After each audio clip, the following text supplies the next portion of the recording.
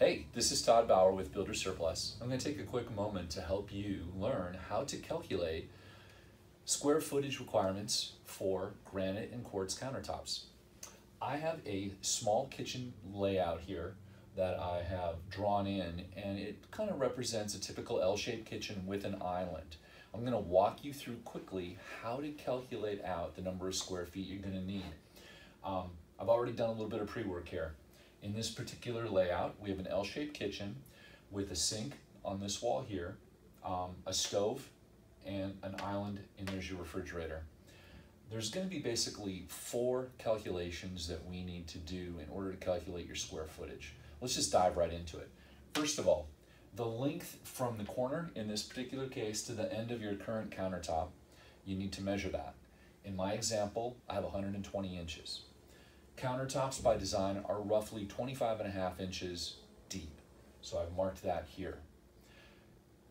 For the corner here, after we turn the corner and head down, I want you to measure from the corner to where, in this case, the stove would begin, and I get a measurement in my diagram of 66 inches. Stoves traditionally are 30 inches across. Yours should probably be that way as well.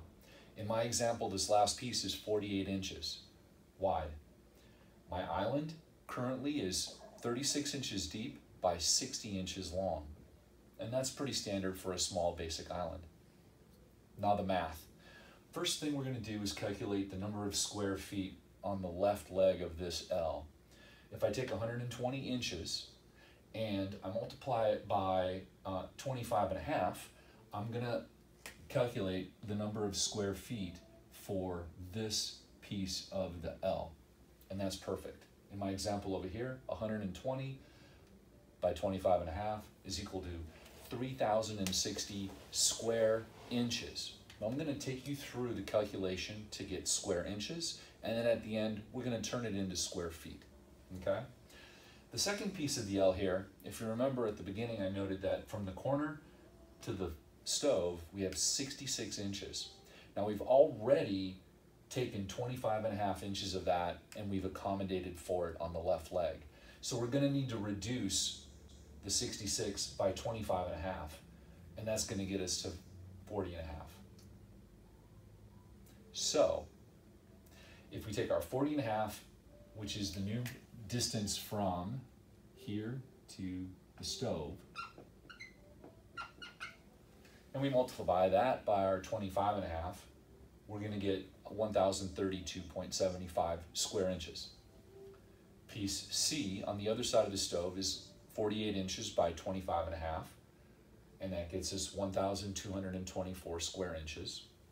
And then lastly, the island, 60 inches by 36 inches. Multiply those two together to get us to 2,160. These are large numbers, but they're going to get small really quick here. Once you have your 4 pieces calculated, I'd like you to just add them up. And in my example, the total is 7,476 3/4 of a square inch. Divide that by the number of square inches in 1 square foot, and that's 144. You just take 12 inches by 12 inches to get 144.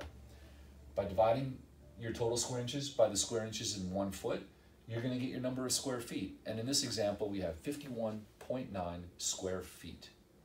That's the number you need to bring with you when you come to Builder Surplus to get a calculation on how much it's going to cost to replace your countertops.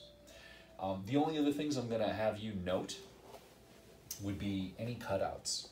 And a cutout in this particular example is right here where I have a sink. And that's it for this particular one. You maybe will have a cooktop cutout, but in my example I have a stove, so there is no cutout. The only other thing that might be handy to bring with you would be if your island has an overhang where the granite or the quartz extend beyond the edge of the cabinets. And how far is that? We can pretty much do the calculation here. If your countertop island depth is 36 inches, we're calculating the overhang to be about 12 inches. But just double check that and make sure. And with that little bit of information, it's that easy. With the math that I've shown you today, maybe a quick diagram and a calculator, you'll be able to come up with the number of square feet that you need for your countertops.